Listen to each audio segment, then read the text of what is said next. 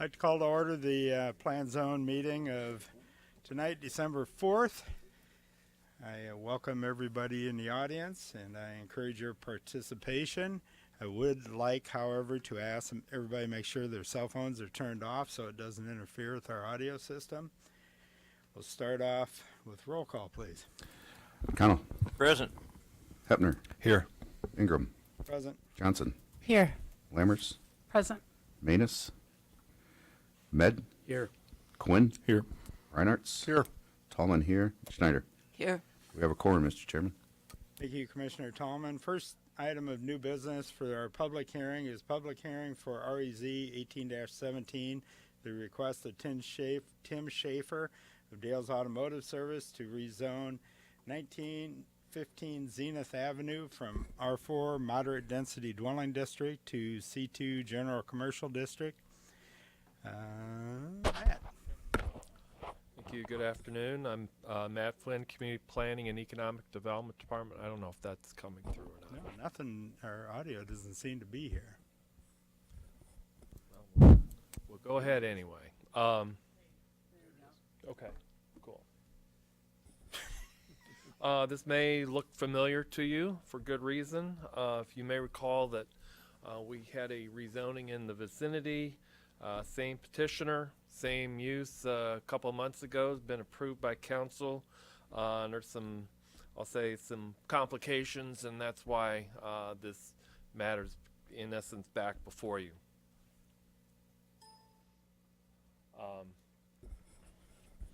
know when the petitioner Tim Schaefer was, I believe, having a survey done, discovered a discrepancy that wouldn't allow him to proceed with the building plans as suggested. So given that the subject property 1915 was in Zenith, was in the family's ownership and adjacent to the most recent rezoning, it's come back with a request to make that change. We'll say we did have a neighborhood meeting already. We had no attendees. I don't believe that there were any attendees at the previous neighborhood meeting. I believe there were a couple people that showed up at the meeting, maybe more the P&Z meeting, maybe with more questions than anything. But again, here's the subject property.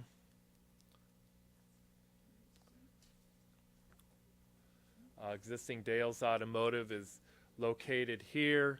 The most recent rezoning rezoned the lot immediately to the north, and also a lot not adjacent to, but certainly within the immediate neighborhood.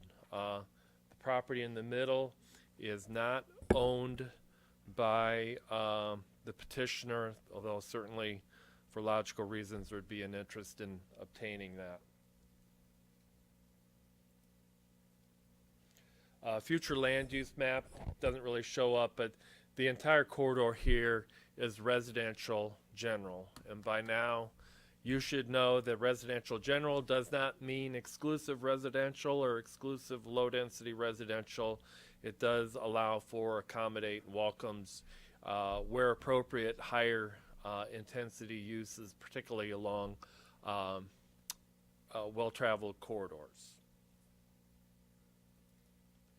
Did go ahead and include the proposed zoning. We are now probably just weeks away from adopting the new code, and you can see what's proposed reflects the two most recent rezonings, but we felt that it was reasonable to include that middle lot with a change in a proposed zoning of C2. You could ask, well, if the petitioner was interested to hear, why don't you just include that property? And you know, admittedly, we discussed that, but felt that given that was in essence an expansion of a small commercial node, albeit small, that it was, if the petitioner wanted to move forward, it would probably be appropriate to go ahead and go through the normal process.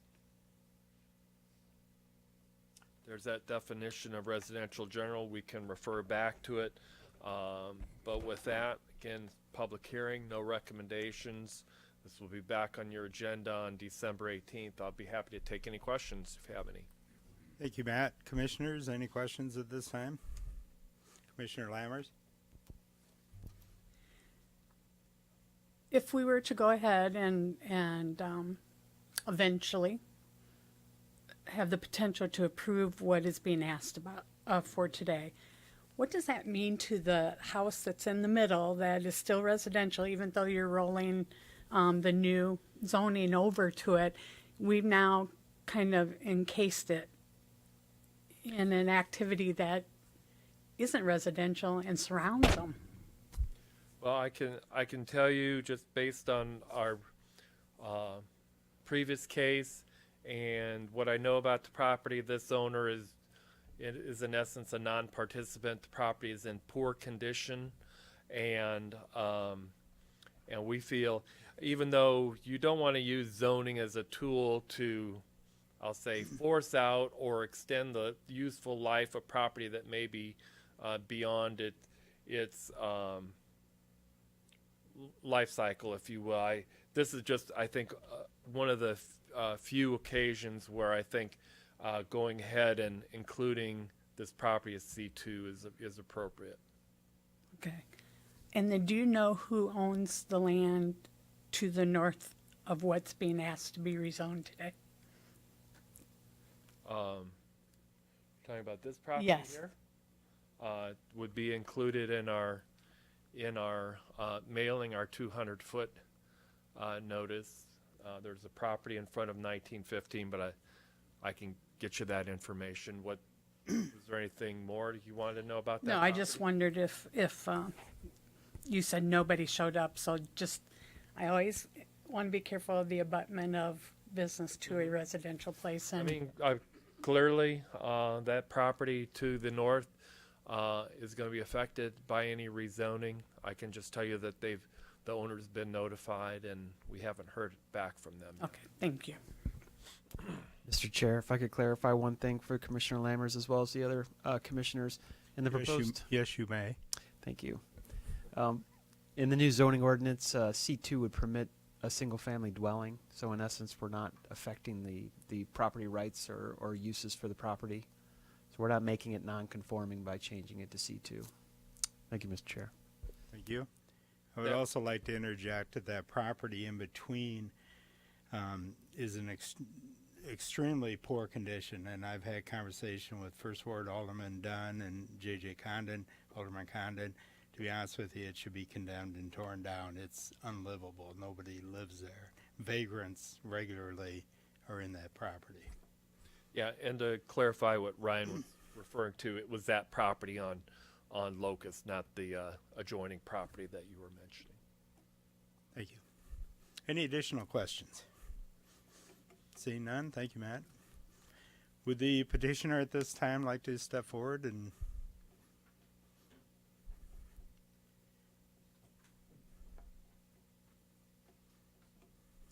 Hi, Tim Schaefer.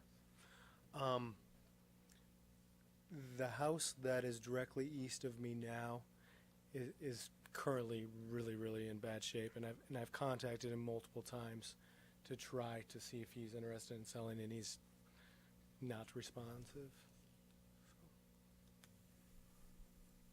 So my plan is to work my way around him, make it as nice as I can until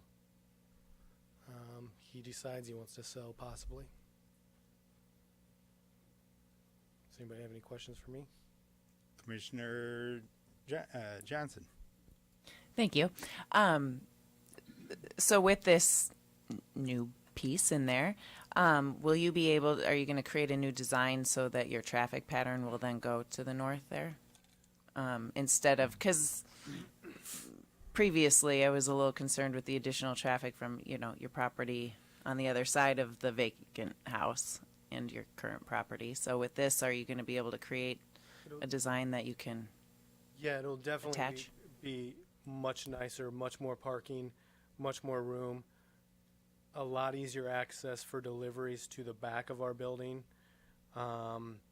I found out that the lot that's directly north of me is much smaller after the survey than what I had dimension-wise from the city gave me. And so that cut into the existing parking plan that I submitted last time.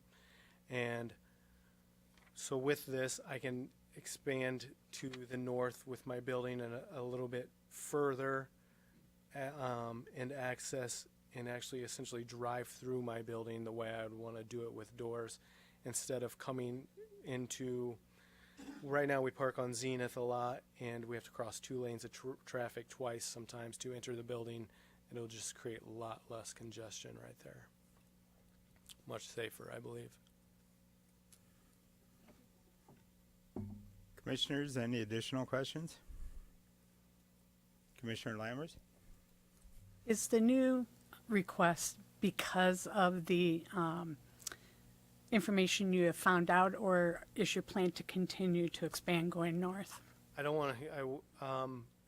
The new request was definitely because the survey came back 8 feet different than what I had anticipated. I don't have any plans to go any further to the north. Okay, thank you. Any additional questions? Seeing none, thank you, Tim. If anything, I would say I would go to the east if I owned the house that I don't own right now. Sure.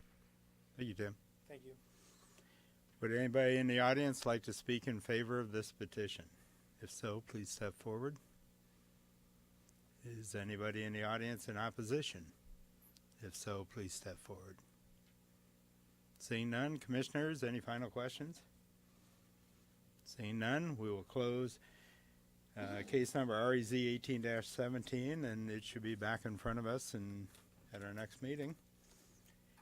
Next and final item is case number REZ 18-19, the request of St. Ambrose University for rezoning from R4 Moderate Density Dwelling District and C2 General Commercial District to PID Planned Institutional District on 0.675 acres MOL, and an amendment to a PID Planned Institutional District land use plan for the property located west on Harrison Street, north on West Locust, and east of Brown Street, and south of West Lombard Street.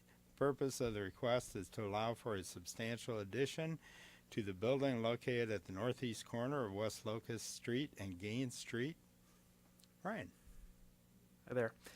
I just want to give a brief presentation on kind of the reason for the request. I know St. Ambrose University has their team and they're planning on giving a presentation. But I think we're all familiar with the St. Ambrose campus. The planned institutional district was created in 2010 or 2011 to address large institutional campuses such as medical facilities and colleges and universities. Encourages a master plan approach to the campus that development as opposed to a piecemeal incremental growth, and that's what we were seeing when we created the ordinance. St. Ambrose was a willing participant and submitted a rezoning in 2012, and that was approved. The components of the PID, or Planned Institutional District, include a land use plan which lays out the style and location of developments and buildings and parking lots and things like that.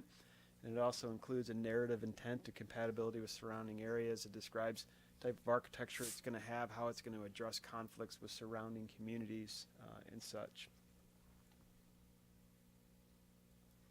There is a trigger for a major amendment, and so you show where your buildings are going to be on your land use plan. And one of those triggers is if you decrease a setback by 10% or more, that's what we call a major amendment, and that essentially triggers the amendment process. So they're going to show you the location of where they want to place it, but it's to McMullen Hall at the southwest portion of their campus. So they're reducing that setback, moving towards West Locust by more than 10% of what was shown, approximately 70 feet now, and bringing it down quite close. So it kind of is what it is. I don't think they anticipated this addition at the time in 2012, and so they submitted for the major amendment. Again, they'll expand on that, but here's the location. And also at the southeast portion of the campus, they picked up the eye care pavilion as well as the house that was adjacent to, so they're incorporating that into the planned institutional district as well. We did send notices to property owners within 500 feet of the request, notifying them of this public hearing. As part of the planned institutional district, 60 days prior to the submittal of a formal application, they met with the stakeholders in the community surrounding the property. We had approximately 8 people that attended. There was a recent neighborhood meeting that was held. Approximately 12 people attended that. I have not received any phone calls or letters of objection. This is a public hearing, so staff will bring forward its formal recommendation at December 18th Plan and Zoning Commission meeting. And I'm going to load up Palmer's presentation. Thank you, Ryan. In the meantime, commissioners, any questions at this point? Seeing none. Would the petitioner like to step forward?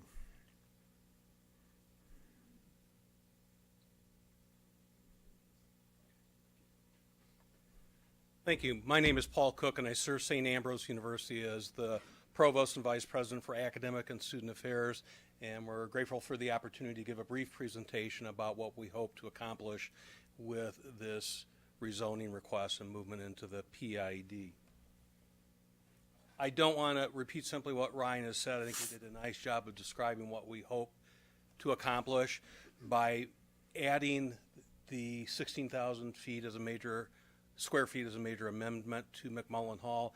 As some of you may know, we were founded as both a seminary and a school of commerce, so we've been providing business education for over 135 years to the region, and our intent is to concentrate our College of Business in the renovated space with a new addition, so it has both a place and an identity on campus, and certainly likely to attract more students to the Quad City area.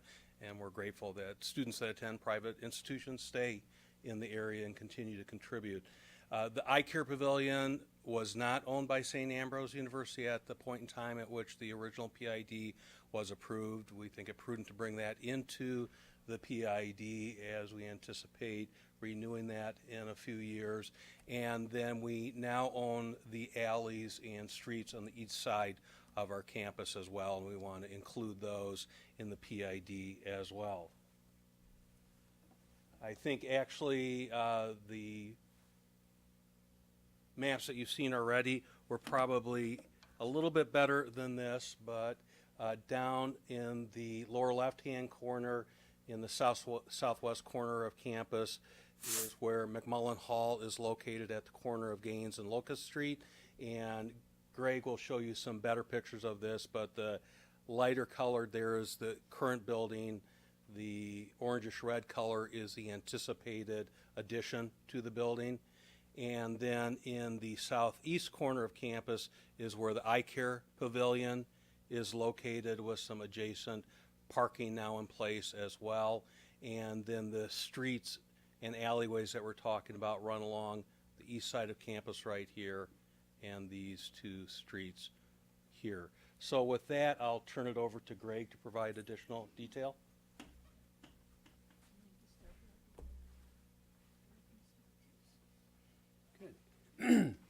Thanks, Paul.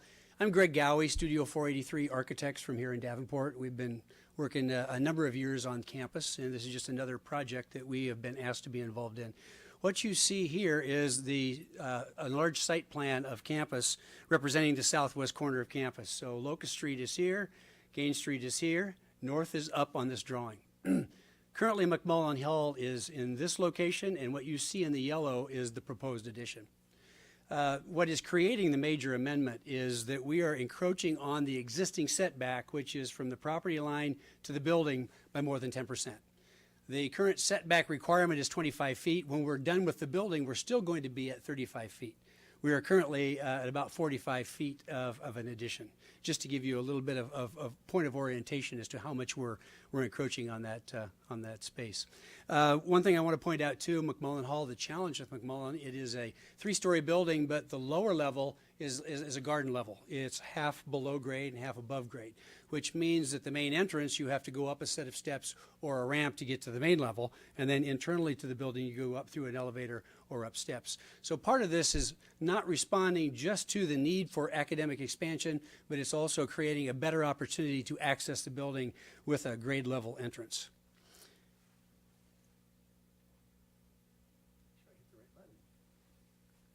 I'm going to show you a series of 3 floor plans, aligning with the 3 plans of the existing building. Everything that you see to the north side that I'm showing you here is the existing building. We are going to remodel the entire existing building, but certain areas of this building will get a heavier level of remodeling. And then what you see on the south side that is shown here in yellow, and by the way, this is the lowest level, so it doesn't show that grade entrance at this point. But we are locating all of the academic classroom spaces to the south side of the building. What you see as far as the existing building, the major remodel areas are classroom spaces that currently exist in the building that are being pulled out into the new addition so we can create space for faculty offices that have to be moved here from Ambrose Hall. This is the middle floor level. This is called the main floor level, but the existing building, you currently go up a set of steps here or a set of steps on the north side. Those steps and those entrances will be maintained, but what we're proposing is, in addition to the yellow academic space, the lighter yellow space is on grade. So you'll walk in a door from the east side here into a vestibule and into a lobby, and this is going to be a common area space. Right now it's shown as classroom, but it's going to be a common area lobby space. General use for the building, for the students in the building. Again, you've got the yellow classroom addition to the south, internally to the existing building. We got the lighter areas of remodel and the more heavier areas of remodel that are shown in the darker color. Not much more to say here. This is the upper level.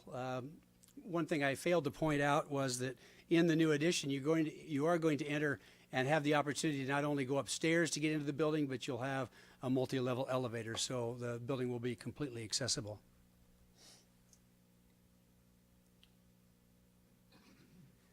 Just a few views of what this building will look like. What we have tried to do, the College of Business wants to have a fresh look and a fresh presentation to not only the campus but and the community, but they also want to respect the architecture of the existing building.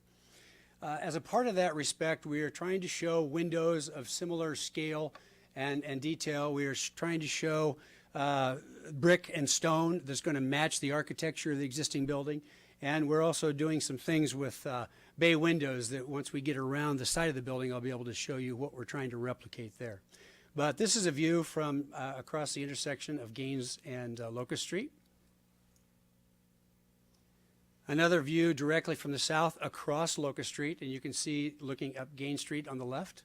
By the way, the monument sign that currently exists will be in place when this project is done, but they will have to remove it because they'll have to excavate for the lower level of the new addition, and then they will rebuild it back in place. And the only reason I mention that to you, because we're going to drive by when they first start constructing the building, that'll be one of the first things they'll take out. This is a view from the southeast. You can see part of what they call the Circle Drive access to campus, this being Locust Street. Now you're starting to see a little bit of the architecture of the existing building that's not covered up by trees. The stone, the detail of the windows, the scale of the windows, and the brickwork on the existing building. Again, what we're trying to do is respect it with color, respect it with detail. In the mass of the building, the use of the bay windows, which you will see a little bit better in the next picture. The 2 entrances have bay windows over them. Trying to replicate that in a more modern look as to represent the main entrance of the building, and then the lobby that I mentioned is to the right. This is a view directly from the east. You're standing in front of Ambrose Hall. The existing building you obviously can see here, and you can see the overlay of what the new building will look like from this direction. Again, there is one of the bay windows over the entrance feature that actually lets natural light into the stair of the existing building. But here's a set of stairs that go currently into the building. The new addition will be right here as an on-grade entrance. We're trying to borrow the architectural features here with the new addition here. And one more view. We felt we needed to show this view, but it was taken more in the wintertime than the fall. Again, much better opportunities to see what the existing building looks like versus the new building. The only difficulty here is you're not seeing the adjacency of the brick in this view. But we also wanted to show what it looked like from the northeast and from campus. We do have the civil engineer here. If you have any questions regarding civil and engineering of the site, I'm also here to answer any questions that you might have regarding the architecture of the building. Thank you. Commissioner Tallman. Thank you, Mr. Chairman. Can you go back one? And this is more out of curiosity than anything else.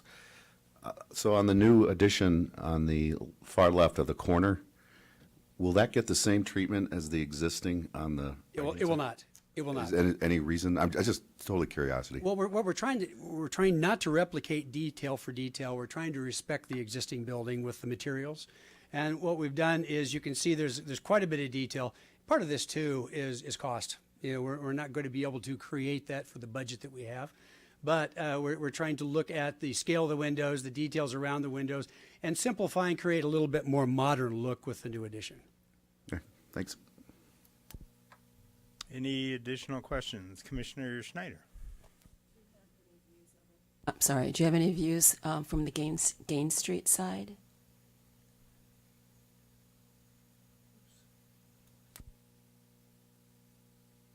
That's a diagonal view because Locust Street is right here and Gaines Street is here. So we're standing across the intersection and taking this picture. We can create one if you'd like to see one. All we've done is create a digital overlay on the existing photographs to provide as much of the surrounding in a natural state rather than a rendering. The challenge with showing how it connects here is that these trees are there. There will be trees when we're done. You just don't get to see in this view the detail of the existing building. Is there an entrance from that side?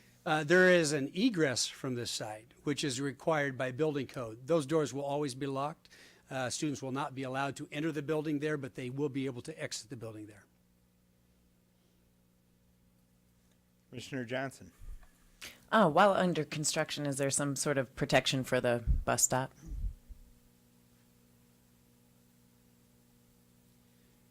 I don't have it on this drawing, but I'm going to show you with the marker what the outline of the construction fence is going to be.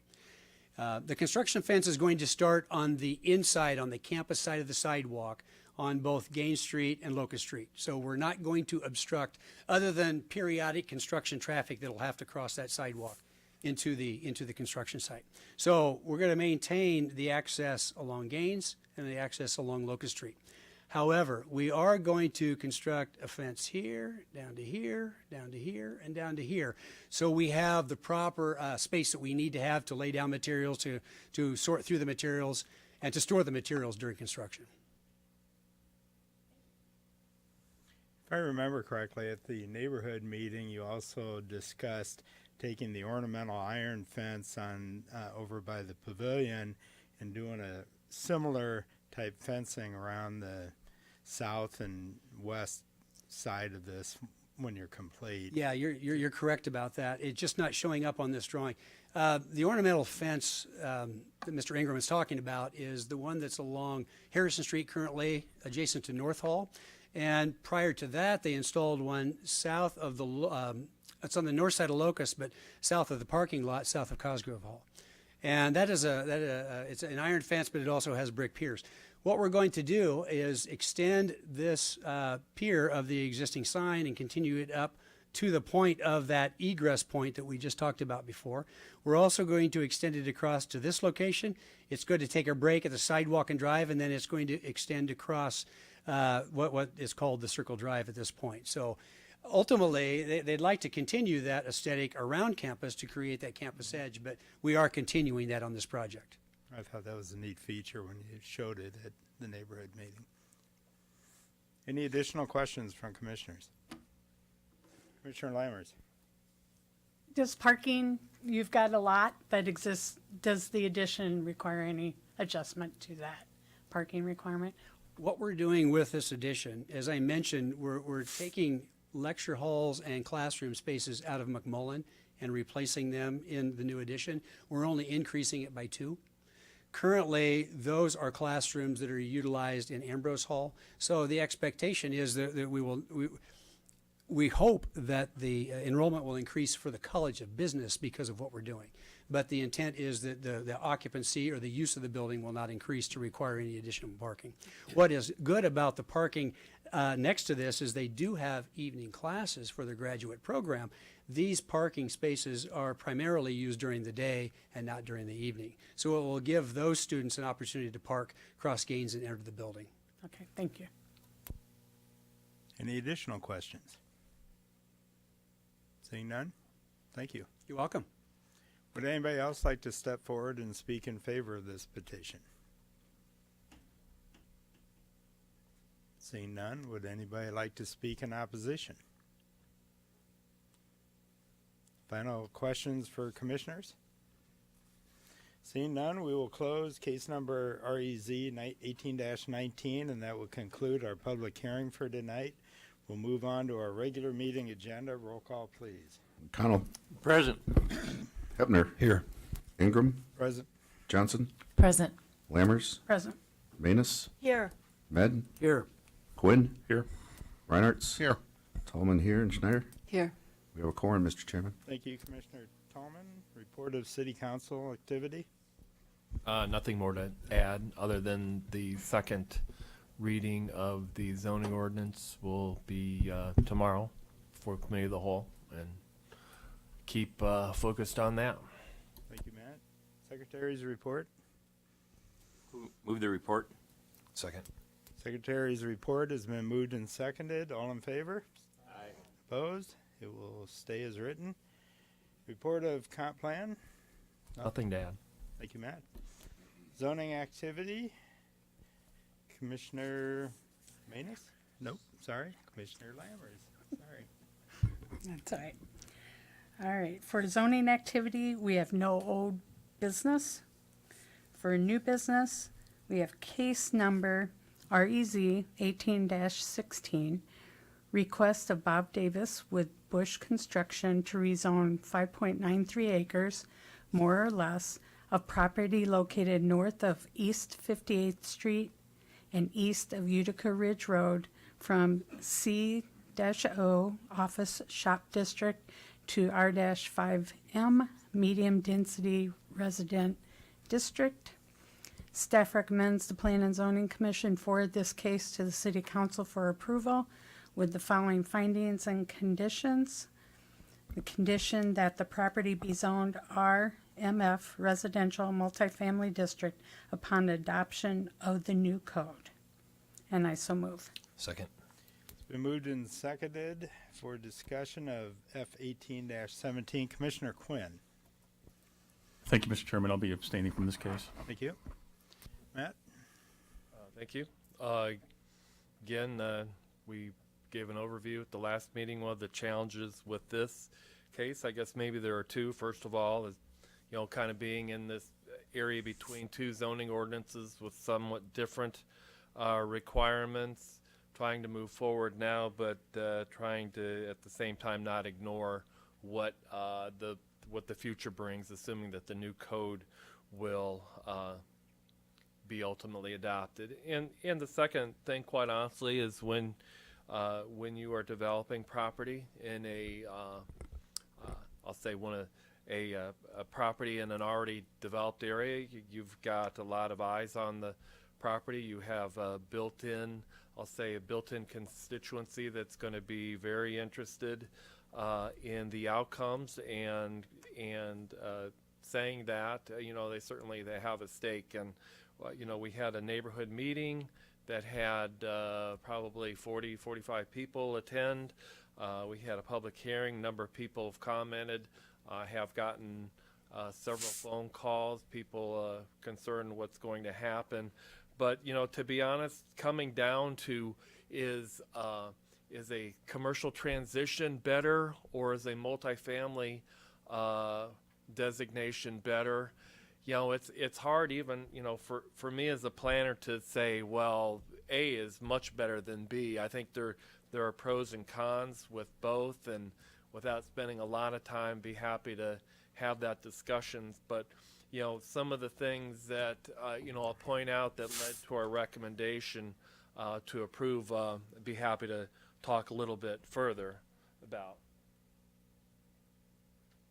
A lot of the discussion has been, well, why did the petitioner come forward in the first place? Well, the use is permitted in both those commercial, the current office shop and the future commercial transition, as well as the multifamily. It's the additional height that is necessary in order for them to build a 4-story building is really what their motivation was. Again, this rezoning petition isn't a planned development. We don't include conditions that they shall build what they have been discussing with the neighborhood. I think it's certainly a good chance of that happening, but we feel that given the size of the property and really, and I'll touch on really some of the market realities, I don't think that there is a major concern with in development in either zoning scenario creating a lot of undue impact on the neighborhood. Again, this is the property.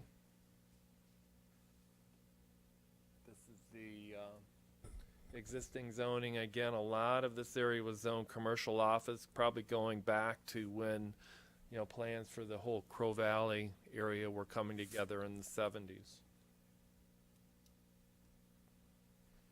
Future land use, again, there's that residential general again.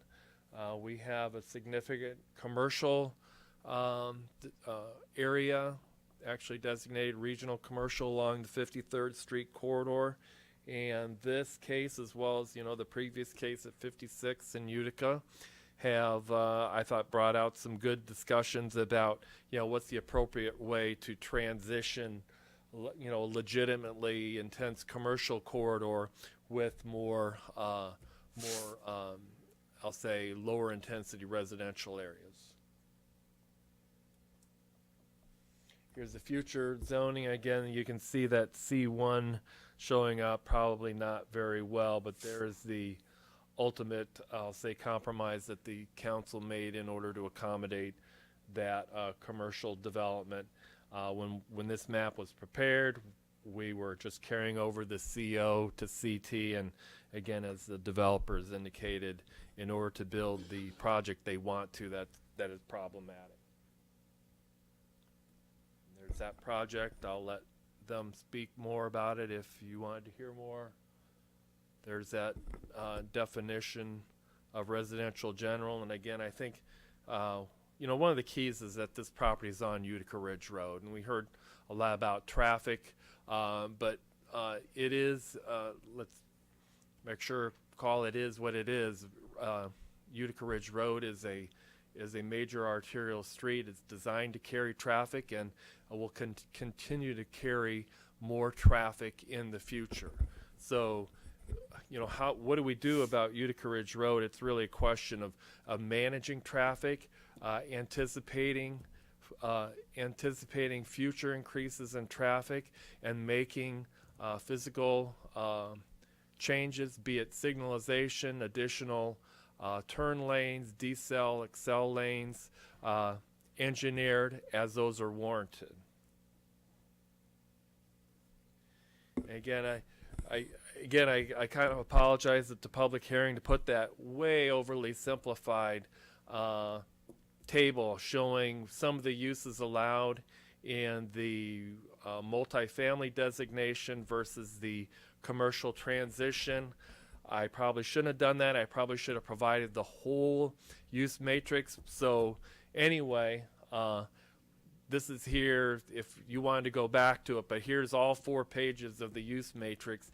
You can see the RMF and you can see the CT, and that again will help us as we get into administering the new code, make it much easier to have granted it's 4 pages, but having one source where not only staff, the commission, council members, citizens, and developers can make a reference to one source and see what uses are allowed in certain districts.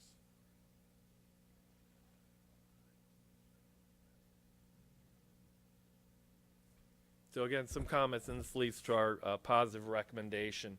As I mentioned, Utica Ridge Road, an arterial street, I think warrant more intense development than maybe what's occurred to the east and north in particular.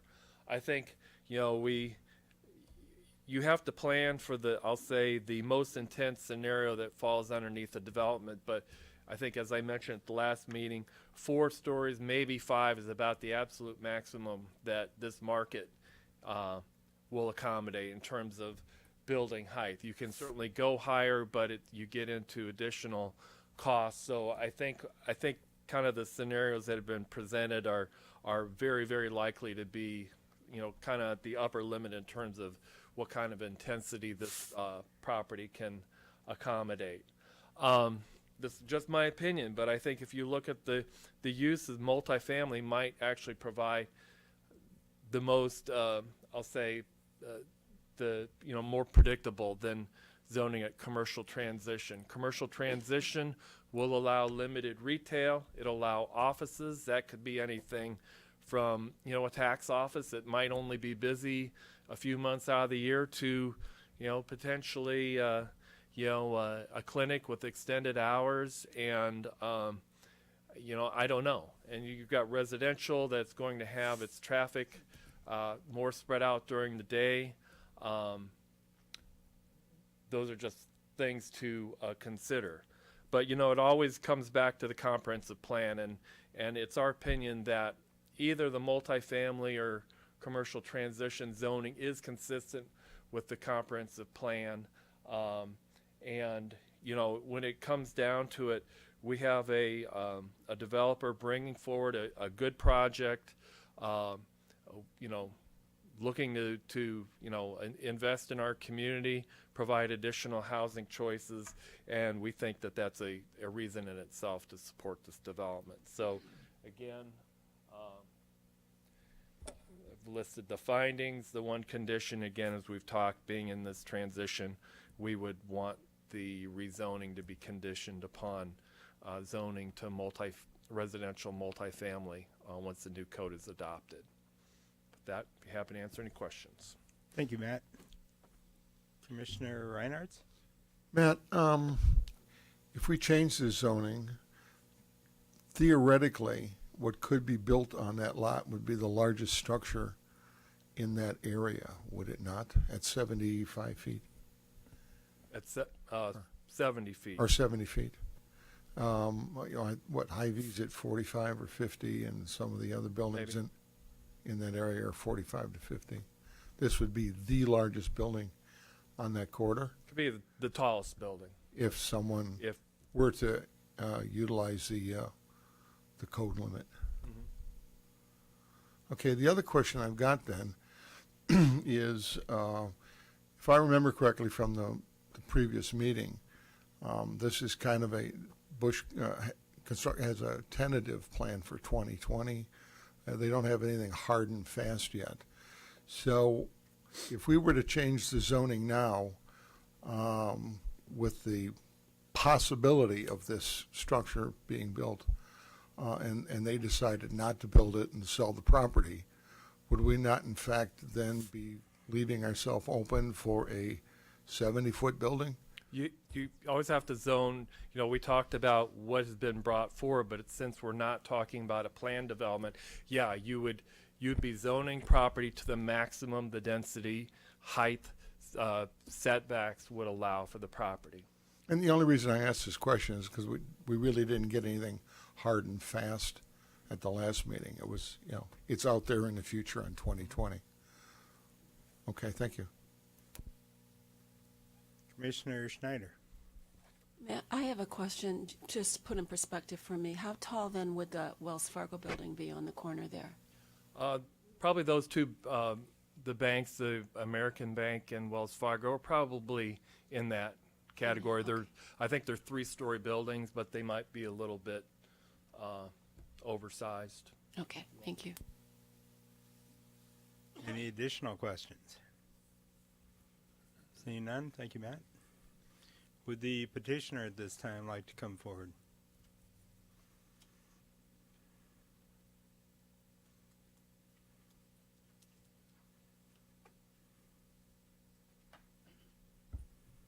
Rob Davis with Bush Construction.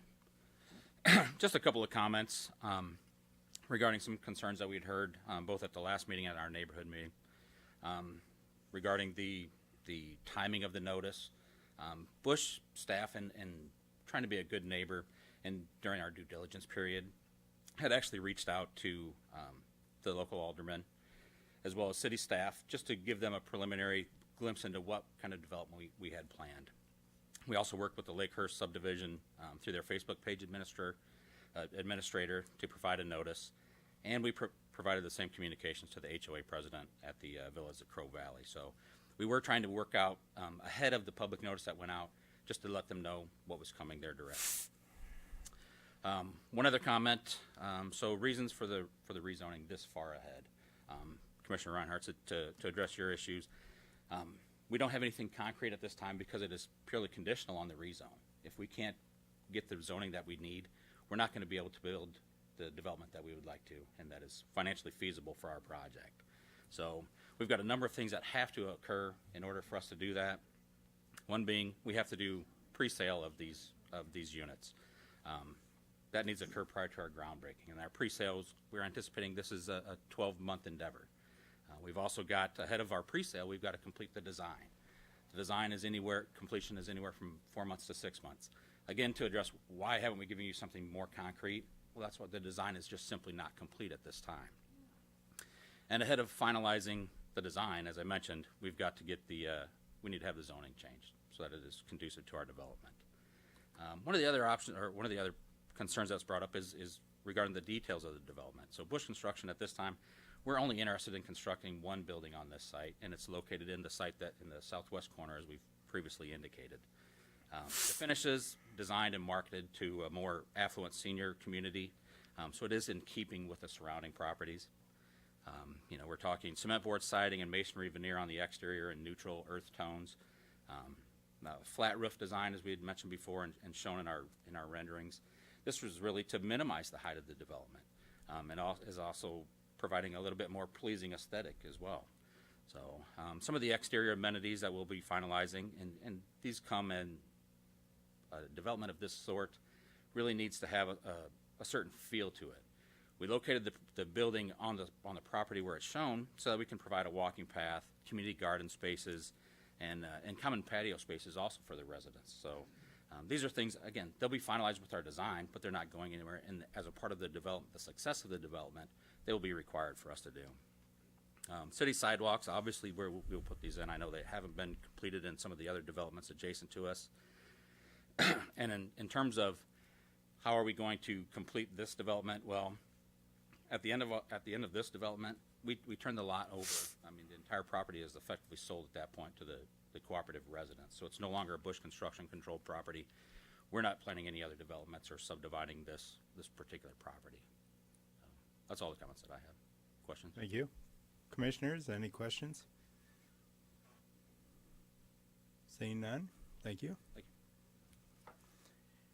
Normally, since this is our vote meeting, we do not involve the general public, but we've kind of changed our plans a little bit. We'll allow the general public to speak 3 to 5 minutes, but this is not a rehash of the public hearing. This is for new information that wasn't brought up at the original public hearing meeting. So if anybody would like to step forward and speak either in favor or in opposition, now is your time to do so. After that, we will take a vote.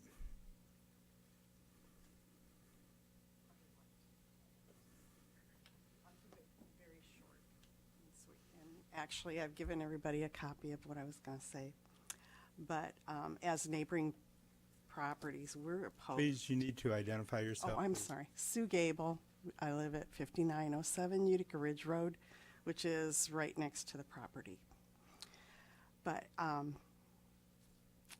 as far as the zoning change goes, we just don't see anything that applies to this property, to our neighborhood.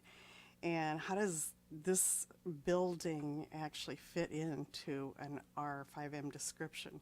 So I have it written down there. I mean, it is not low density. It's not walk-up apartments or garden apartments. So I outlined that there, our concerns there. All other buildings in the area have had to abide by the zoning restrictions in this area. The height restrictions are strenuously enforced on all other residential and commercial structures. No effort was made by Bush Construction to address neighborhood concerns. He might have gone to Lakehurst and, wherever, but, we have 8 condominiums right there, and no one contacted us. So we specifically asked at the last commission meeting for details about the vague proposal, which will negatively impact our property values and the quality of life there. We are opposed to the zoning changes being considered regardless of what Bush Construction is trying to do. Any change to the zoning that would allow a building higher than those in the surrounding area would change the personality and aesthetics of the neighborhood. That's a huge change from single-family properties to a 4-story building. Thank you. Thank you. Anybody else? Last chance. Commissioners, any additional questions? Seeing none, roll call, please. Connell. Yes. Hepner. Yes. Johnson. Yes. Lammers. Yes. Manus. Yes. Med. Yes. Quinn abstains. Reinhardt. No. Tallman, yes. Schneider. Yes. Motion carries, Mr. Chairman. Thank you, Commissioner Tallman. That concludes my part Thank of you. the zoning activity. Subdivision activity, Commissioner Manus. No old business, new business. Case number F18-17. Request of Michael Richmond with Townsend Engineering for a final plat of a 3-lot subdivision located north of Hickory Grove Road between North Thornwood Avenue and North Lincoln Avenue. The staff recommends a recommendation of approval to the City Council with the condition of 8 stated conditions, which I will not read at this time. And I move. Case number F18-17 has been moved and seconded for discussion. Just a pretty straightforward plat, so we're here to answer any questions that you have. Okay. Commissioners, any questions? Seeing none, roll call, please. Oh, sorry. Anybody in the audience like to speak? I could tell that. Good. I just. You got that. Roll call, please. Hepner. Yes. Johnson. Yes. Lammers. Yes. Manus. Yes. Med. Yes. Quinn? Yes. Reinhardt. Yes. Tallman, yes. Snyder. Yes. And Connell. Yes. Motion carries, Mr. Chairman. Thank you. Commissioner Tallman? That concludes the subdivision activity. Thank you, Commissioner Manus. We have one future business item, case number REZ 18-18, for you to look at before our next meeting. Communications, anything from staff? Other business, anybody in the audience have anything they'd like to discuss? Yeah, there's one gentleman here, 2. Seeing none, Move to adjourn. Second. all those in favor of adjournment signify by aye. Aye. Opposed? We are officially adjourned. Please drive home safely. Thank you for your attendance.